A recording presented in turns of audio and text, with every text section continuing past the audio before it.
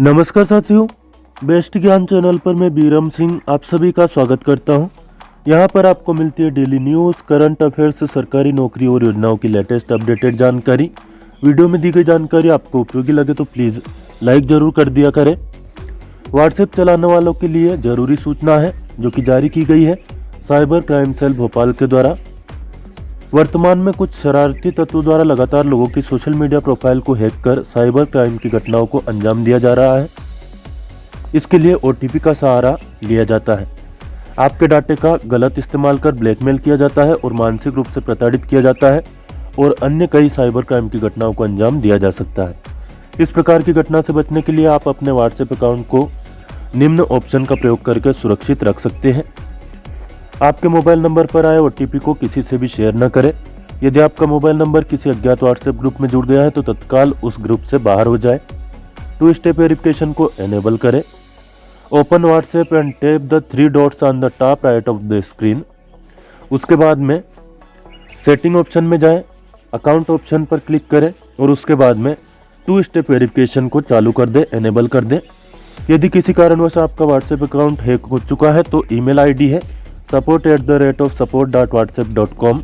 इस पर आपके डिवाइस में रजिस्टर्ड ईमेल ID से तुरंत हैक होने की सूचना दर्ज करावे और अपने मोबाइल पर व्हाट्सएप एप्लीकेशन को हटा करके फिर से रीइंस्टॉल करें और OTP जनरेट कर पुनः आप अपने व्हाट्सएप अकाउंट में लॉगिन करें। साइबर क्राइम संबंधित घटना घटित होने पर सूचना हेल्पलाइन नंबर 0755-292-0664 इस पर दे सकते हैं। ये नंबर आप अपने फ़ोन में सेव कर लीजिए, आपके काम के हैं। बैंकिंग संबंधित फ्रॉड की घटनाओं की भी जानकारी इन नंबरों पर आप देख सकते हैं। मोबाइल नंबर है 7049106300। इस पर तत्काल संपर्क करें। देश के रक्षा मंत्री ने भारत और चीन के बीच वार्ता के संबंध में महत्वपूर्ण जानकारी दी है कि वार्ता जारी है लेकिन सफलता नहीं मिली है। अगली बातचीत मिलिट्री स्तर की होगी। यथास्थिति फिलहाल बरकरार है। सैनिकों की तैनाती कम नहीं की गई है और न ही की जाएगी। उन्होंने कहा कि उनकी तैनाती में कमी नहीं की जाएगी। बातचीत में कोई सकारात्मक नतीजा निकलेगा, ऐसा भरोसा देश के रक्षा मंत्री राजनाथ सिंह ने जताया है। कृषि कानूनों के खिलाफ 26 नवंबर से दिल्ली की अलग अलग सीमाओं पर प्रदर्शन कर रहे किसानों और सरकार के बीच आज यानी बुधवार को एक बार फिर बातचीत होनी है। कृषि बिलों पर जारी गतिरोध को खत्म करने के लिए किसानों और सरकार के बीच बुधवार 30 सितंबर को दोपहर 2 बजे मुलाकात हो सकती है। किसानों और सरकार के बीच 30 दिसंबर को दोपहर करीब 2 बजे मुलाकात जो होगी। संयुक्त किसान मोर्चा ने इस संबंध में एक पत्र सरकार को भेजा है। सरकार को बताना होगा कि वह 3 कानूनों को निरस्त करने के लिए क्या प्रक्रिया अपनाएगी, MSP की गारंटी देने के लिए क्या किया जाएगा और पराली से जुड़े बिल के संबंध में सरकार ने क्या कदम उठाए हैं। उधर बिहार की राजधानी पटना में राजभवन जा रहे किसानों पर पुलिस ने लाठीचार्ज किया, जिसमें कई किसान घायल हो गए, जिनमें महिला किसान भी शामिल हैं। सरकार से बातचीत आज होगी लेकिन किसान कड़े रुख पर अभी भी कायम है। किसानों से बातचीत के एक दिन पहले मंगलवार को कृषि मंत्री नरेंद्र सिंह तोमर और उद्योग मंत्री पीयूष गोयल ने गृह मंत्री अमित शाह से मुलाकात की और सरकार का रुख तय किया। मध्य प्रदेश की राज्यपाल श्रीमती आनंदीबेन पटेल ने कहा कि जैविक खाद्यान्नों की आपूर्ति के लिए कृषि विश्वविद्यालय आगे आए। श्रीमती पटेल पवारखेड़ा होशंगाबाद में आयोजित जैविक उन्नत कृषि कार्यक्रम में किसानों को संबोधित कर रही थी। इस अवसर पर मंत्री किसान कल्याण एवं कृषि विकास श्री कमल पटेल भी मौजूद थे। कमल पटेल ने कहा कि प्रधानमंत्री मोदी ने किसानों को आत्मनिर्भर बनाया है। उन्हें न्यूनतम समर्थन मूल्य यानी कि MSP पर नहीं बल्कि अधिकतम खुदरा मूल्य यानी कि MRP पर फसल बेचने का अधिकार दिया है। वह खाद्यान्न उत्पादक संघ यानी कि FPO बनाकर अधिकतम खुदरा मूल्य प्राप्त कर सकता है। उन्होंने कहा कि स्वामित्व योजना से आज़ादी के 70 सालों के बाद किसानों को आबादी की जमीन का अधिकार मिल रहा है। अब वह भी अपनी संपत्ति के आधार पर बैंकों से ऋण लेकर अपना व्यवसाय खड़ा कर सकता है। श्री पटेल ने कहा कि रासायनिक खाद्यान्नों के अंधाधुंध उपयोग से मिट्टी जहरीली हो गई है। कैंसर जैसी गंभीर बीमारी उसी का प्रतिफल है। उन्होंने कहा कि भूमि के उपचार की जरूरत है, इसलिए सभी कृषि विज्ञान केंद्रों में कार्यालयीन समय में भूमि उपचार के लिए बहिरंग व्यवस्था यानी कि OPD चलाई जाएगी। यहाँ पर कृषि मंत्री की जो बातें हैं वह आपको लुभावनी लग सकती है, लेकिन यहाँ पर आपको समझना जरूरी है कि MSP क्यों जरूरी है और MRP का मतलब क्या है। देखिए, किसानों को मिलती है MSP यानी कि न्यूनतम समर्थन मूल्य। यह इसलिए जरूरी है कि किसानों को उनके उत्पाद का वाजिब मूल्य नहीं मिलता है। जो उनको वाजिब मूल्य मिलना चाहिए उससे कम मिलता है। एमआरपी क्या है? एमआरपी का मतलब होता है मैक्सिमम रिटेल प्राइस, यानी कि अधिकतम खुदरा मूल्य। इसका उद्देश्य होता है मुनाफाखोरी को रोकना, इसलिए एमआरपी तय किया जाता है। अब यहाँ पर कृषि मंत्री कह रहे हैं कि किसानों को एमआरपी मिलेगा। भाई किसानों को एमएसपी तो मिल नहीं रहा है, न्यूनतम समर्थन मूल्य तो मिल नहीं रहा है, फिर अधिकतम खुदरा मूल्य कैसे मिल जाएगा? अधिकतम खुदरा मूल्य का उद्देश्य सरकार का ये होता है कि मुनाफा वसूली ना हो। जैसे कि पार्ले जी का बिस्किट का अधिकतम खुदरा मूल्य है 2 रुपये, तो इसका मतलब यह है कि दुकानदार उससे ज़्यादा में नहीं बेच सकता। अब यहाँ पर किसानों को न्यूनतम मूल्य तो मिल नहीं रहा है, फिर एमआरपी तय करने की ज़रूरत क्या है? दूसरी बात कृषि मंत्री ने कही है कि इसके लिए खाद्यान्न उत्पादक संघ बनाए जाएंगे। अब खाद्यान्न उत्पादक संघों का लाभ किसको मिलेगा? क्या किसानों को मिलेगा या फिर व्यापारियों को मिलेगा या फिर उन लोगों को मिलेगा जिसके पास पैसा है? क्योंकि उत्पादक संघ हर कोई नहीं बना सकता है, उसके लिए ऑलरेडी काफ़ी पूंजी की ज़रूरत होती है, काफ़ी सामर्थ्य की ज़रूरत होती है, काफ़ी संगठन क्षमता की ज़रूरत होती है। तो सरकार को चाहिए कि जैसे कि प्रधानमंत्री नरेंद्र मोदी ने कोई योजना बनाई है 6,000 रुपये सालाना किसानों के खाते में डालने की, ऐसी योजना बनाए ताकि सीधे सीधे किसानों को उसका लाभ मिले, या फिर कर्ज माफ़ी जैसी योजना लॉन्च करें ताकि किसानों को सीधे सीधे, जैसे कि 50,000 तक का कर्ज कमलनाथ जी ने माफ़ किया था, 1 लाख तक का कर्ज माफ़ करने की बात कही थी। हालांकि लोगों में भ्रम की स्थिति है कि माफ़ हुआ है या नहीं है, लेकिन वास्तव में माफ़ होना चाहिए और ऐसी योजनाएं किसानों के लिए लाभप्रद है जिससे किसानों के खाते में सीधे पैसा पहुँचे। ये जो कार्यक्रम आयोजित हुआ, जवाहरलाल नेहरू कृषि विश्वविद्यालय के कुलपति श्री पीके बिसेन ने इसमें बताया कि पवार खेड़ा कृषि अनुसंधान केंद्र की स्थापना वर्ष 1903 में हुई थी। यदि आप किसी प्रतियोगी परीक्षा की तैयारी कर रहे हो तो यह तिथि याद रखिएगा, परीक्षा में प्रश्न पूछा जा सकता है। और पवार खेड़ा किस जिले में स्थित है यह कमेंट करके बताइए। इस अवधि में केंद्र द्वारा 53 उन्नत किस्मों जो कि गेहूं की है उनका आविष्कार किया है। उन्होंने किसानों से नरवाई नहीं जलाने की अपील करते हुए कहा कि केंद्र से बायोडाइजेस्टर प्राप्त कर नरवाई को 15 दिनों में जैविक खाद में बदला जा सकता है। कार्यक्रम में रेशम विभाग द्वारा रेशम उत्पादन तकनीक का और अलग अलग विज्ञान केंद्रों के द्वारा अलग अलग प्रदर्शनी का कृषि यंत्रों का प्रदर्शन किया गया। इस अवसर पर विधानसभा के पूर्व अध्यक्ष श्री सीतासरण शर्मा, जिला पंचायत अध्यक्ष श्री कुशल पटेल भी मौजूद थे। वर्तमान में प्रदेश के विधानसभा अध्यक्ष कौन है? रामेश्वर शर्मा। भारतीय जनता पार्टी की नेपानगर विधायक सुमित्रा देवी जी ने किसान कल्याण और कृषि विकास मंत्री श्री कमल पटेल से मुलाकात कर अपने क्षेत्र के किसानों की समस्याओं से उन्हें अवगत करवाया। कृषि मंत्री से मुलाकात कर विधानसभा क्षेत्र के किसान भाइयों के लिए 2019-20 के फसल बीमा के संबंध में चर्चा की गई। माननीय मंत्री जी ने आश्वासन दिया कि सभी किसान भाइयों को अतिशीघ्र फसल बीमा का लाभ दिया जाएगा। साथ ही नेपानगर विधानसभा में ऐतिहासिक मतों से विजय प्राप्ति पर मंत्री जी ने विधायक को शुभकामनाएं भी दी। तो यहाँ पर योजनाओं के लागू होने की स्थिति ये है कि 1 महीने से भी ज़्यादा पहले सिंगल क्लिक के माध्यम से मुख्यमंत्री शिवराज सिंह चौहान ने उज्जैन से किसानों के खातों में राशि ट्रांसफ़र की थी, लेकिन अभी भी किसान भाई इंतजार कर रहे हैं कि कब उनके खातों में फसल बीमा की राशि जमा होगी। विधायक सुमित्रा देवी ने बाद में सहकारिता मंत्री श्री अरविंद सिंह भदौरिया से भी उनके निवास पर मुलाकात की।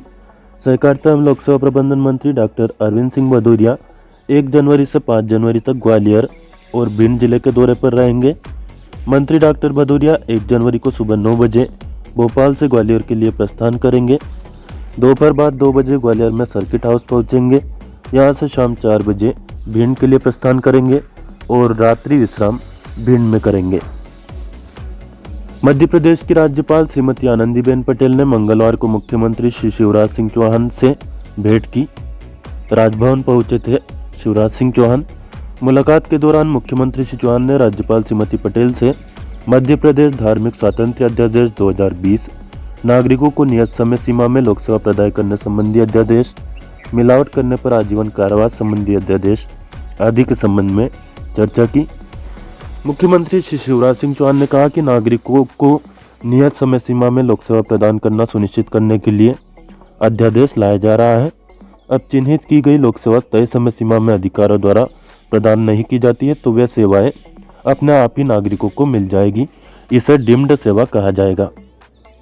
मान लीजिए आपने नल कनेक्शन के लिए अप्लाई किया है, जिसके लिए समय सीमा है 15 दिन।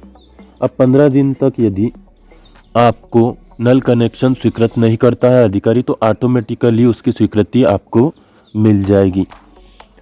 मुख्यमंत्री श्री चौहान ने कहा कि जो लोक सेवाएं मध्य प्रदेश लोक सेवा गारंटी अधिनियम के तहत तय समय सीमा में अधिकारी द्वारा आवेदक को प्रदान करनी होती है और तय समय सीमा में आवेदक को प्रदान नहीं होने पर अधिकारी पर जुर्माना लगाया जाता है। जुर्माने में मिली राशि आवेदक को दी जाती है। इस प्रावधान को जनहित में और ज़्यादा प्रभावी बनाया गया है। इस अधिनियम में अध्यादेश के माध्यम से संशोधन कर प्रावधान किया जा रहा है कि सेवा प्रदाय की तय समय सीमा तक यदि सेवा आवेदक को अधिकारी द्वारा प्रदान नहीं की जाती है तो वे सेवाएं स्वतः ही निर्धारित समय सीमा के बाद आवेदक को मिल जाएगी। इसको कहा जाएगा डिम्ड सेवा। मध्य प्रदेश धार्मिक स्वतंत्रता अध्यादेश 2020। मुख्यमंत्री श्री शिवराज सिंह चौहान ने कहा कि मध्य प्रदेश धार्मिक स्वतंत्रता अधिनियम में अध्यादेश के जरिए संशोधन कर महिलाओं, बेटियों, विशेषकर नाबालिग बेटियों, अनुसूचित जाति जनजाति के भाई बहनों का नियम विरुद्ध धर्म परिवर्तन कराने पर कड़ी सजा का प्रावधान किया गया है। इसमें न्यूनतम 2 वर्ष से लेकर अधिकतम 10 वर्ष तक का कारावास और 50,000 रुपये का अर्थदंड दिया जा सकता है। लोभ, लालच, भय, प्रलोभन, परिचय छिपाकर धर्म परिवर्तन कराने या कुत्सित इरादों से धर्मांतरण कराने पर दंड दिया जा सकेगा। ऐसे अपराध बड़े पैमाने पर मध्य प्रदेश में हो रहे हैं। इसे बर्दाश्त नहीं किया जा सकता है। अपना धर्म छिपाकर या गलत व्याख्या कर धर्म परिवर्तन कराने पर कड़ी सजा का प्रावधान है।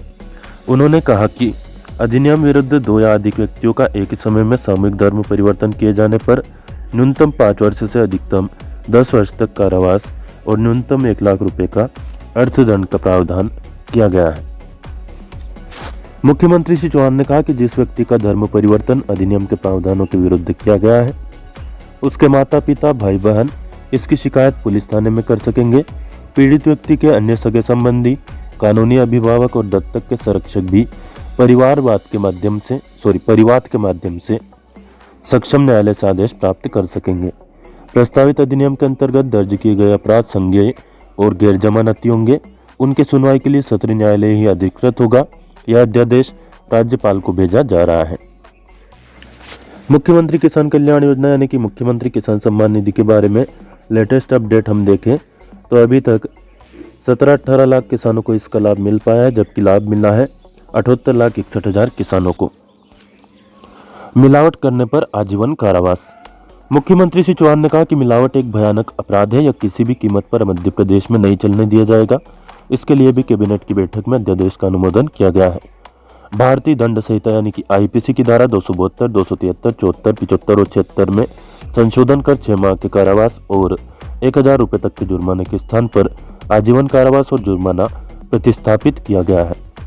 मिलावट करने वालों को आजीवन कारावास होगा। इस अध्यादेश में मिलावट कर सामग्री बनाने वालों को दंड मिलेगा, व्यापारी को दंड नहीं मिलेगा। जहाँ वस्तु बनती है दोषी उस कारखाने का मालिक होगा, उसे किसी भी कीमत पर नहीं छोड़ेंगे। जिंदगी भर जेल में चक्की पीसनी पड़ेगी। नई धारा में 273 का को जोड़ा गया है, जिसमें एक्सपायरी डेट के खाद्य पदार्थ के विक्रय पर 5 साल का कारावास और 1 लाख रुपए जुर्माना अथवा दोनों का प्रावधान किया गया है। मिलावट के खिलाफ जो जंग चल रही है उसमें कानून मिलावट रोकने का बहुत बड़ा माध्यम बनेगा। प्रोफेशनल एग्जामिनेशन बोर्ड ने एमपी पुलिस भर्ती के लिए विज्ञापन जारी कर दिया है। 31 दिसंबर से लेकर 14 जनवरी तक आप अप्लाई कर सकते हैं। एमपीपीएससी ने भी विज्ञापन जारी कर दिया है राज्य सेवा परीक्षा 2020 के लिए, जिसकी परीक्षा होनी है अप्रैल में। उसका विस्तृत विज्ञापन आप लिंक डिस्क्रिप्शन में दी हुई है, वहां से देख सकते हैं। एमपी पुलिस भर्ती के लिए भी लिंक दी हुई है, वहां से आप पूरी जानकारी एमपी पुलिस भर्ती, फिजिकल, दौड़ कितनी होगी, सब की सारी जानकारी देख सकते हैं। मुख्यमंत्री श्री शिवराज सिंह चौहान 29 दिसंबर को सुबह 12 बजे से 3 बजे के बीच नगर निगम भोपाल के विभिन्न निर्माण कार्यों का इन्होंने भोपाल में लोकार्पण किया। प्रधानमंत्री फसल बीमा योजना का लाभ आप उठाना चाहते हैं तो पंजीयन कराने की लास्ट डेट है 31 दिसंबर 2020। उससे पहले आप ऑनलाइन पंजीयन करवा सकते हैं यदि आपका केसीसी नहीं है तो। यदि आपका ऑलरेडी केसीसी है तो आप यदि समय से पलटी लगाते हैं तो आपका ऑटोमेटिकली ही जो है फसल बीमा हो जाएगा रबी फसल 2020-21 के लिए। मुआवजे की बात करें तो बाढ़ एवं कीट व्याधि से मध्य प्रदेश में क्षति हुई 40 लाख हेक्टेयर क्षेत्र में, जिसमें से 1600 करोड़ रुपए स्वीकृत किए गए, जबकि नुकसान हुआ है 4000 करोड़ रुपए का। 891 करोड़ रुपए की पहली किस्त फिलहाल किसानों के खाते में डाली गई है, जहां पर 33% या उससे अधिक नुकसान हुआ है उन 20 जिलों में, जबकि नुकसान हुआ है कुल मिलाकर 29 जिलों में। आपको बता दें, भारत सरकार द्वारा फसलों की 33% या अधिक क्षति होने पर मुआवजा दिया जाता है। तो इस 33% का मतलब आप ये ना समझें कि 33% अब मिला है, 33% फिर मिलेगा और 33% उसके बाद में फिर मिलेगा। 33% का मतलब यह है कि जहाँ पर 33% या उससे ज़्यादा नुकसान हुआ है वहाँ पर मिलेगा। इसी प्रकार राज्य सरकार 25% या उससे अधिक नुकसान होने पर किसानों को मुआवजा देती है। तो इस तरह से प्रदेश में बाढ़ और कीट व्याधि से लगभग 40 लाख हेक्टेयर क्षेत्र में फसलें प्रभावित है, जिसके लिए लगभग 4000 करोड़ रुपए का मुआवजा संभावित है। लेकिन फिलहाल मात्र 1600 करोड़ रुपए स्वीकृत किए गए हैं और उनमें से भी पहली किस्त 891 करोड़ किसानों के खाते में डाली गई है। शेष अभी भी इंतजार कर रहे हैं। आपको बता दें, पिछले साल 2000 करोड़ रुपए का मुआवजा कमलनाथ सरकार ने वितरित किया था।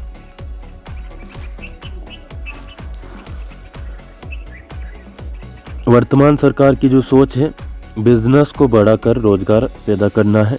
इसी के लिए प्रधानमंत्री नरेंद्र मोदी के द्वारा ऑपरेशन ग्रीन्स के तहत टॉप टू टोटल योजना चलाई गई है, जिसके अंतर्गत 100 किसान रेल को हरी झंडी दी गई है, जिससे जो खाद्य पदार्थ है जो जल्दी बिगड़ जाते हैं जैसे कि फल और सब्जियां, उनके परिवहन को बढ़ावा दिया जाएगा और 50% की सब्सिडी इसमें दी जाती है। ये सभी फसलें हैं, 21 तरह के फल और 20 तरह की सब्जियां जो कि इसके अंतर्गत सब्सिडी की पात्र होती है। 50% का जो भत्ता है, भत्ता क्या, इसको क्या बोलते हैं, भाड़ा, 50% भाड़े पर सब्सिडी मिलती है फ्राइट पर। देखिए, न्यूनतम समर्थन मूल्य किसानों की बेहद ज़रूरत है और इसकी पूर्ति होना बेहद ही ज़रूरी है, क्योंकि न्यूनतम समर्थन मूल्य की घोषणा तो की जाती है लेकिन न्यूनतम समर्थन मूल्य किसानों को मिलता नहीं है। आप यहाँ पर वास्तविक स्थिति देख सकते हैं। धान का जो बाजार मूल्य है 1400-1500 है, जबकि समर्थन मूल्य की घोषणा की गई थी 1868 रुपये, नहीं मिल रहा है। ज्वार का समर्थन मूल्य की घोषणा की गई है 2620 रुपये, लेकिन न तो मध्य प्रदेश में पंजीयन हुआ है और न ही खरीदी की जा रही है। मक्का का समर्थन मूल्य 1850 रुपये घोषित है, लेकिन बाजार में मूल्य है मात्र 1300-1400 रुपये या इससे भी कम, और यही स्थिति अन्य फसलों की भी है।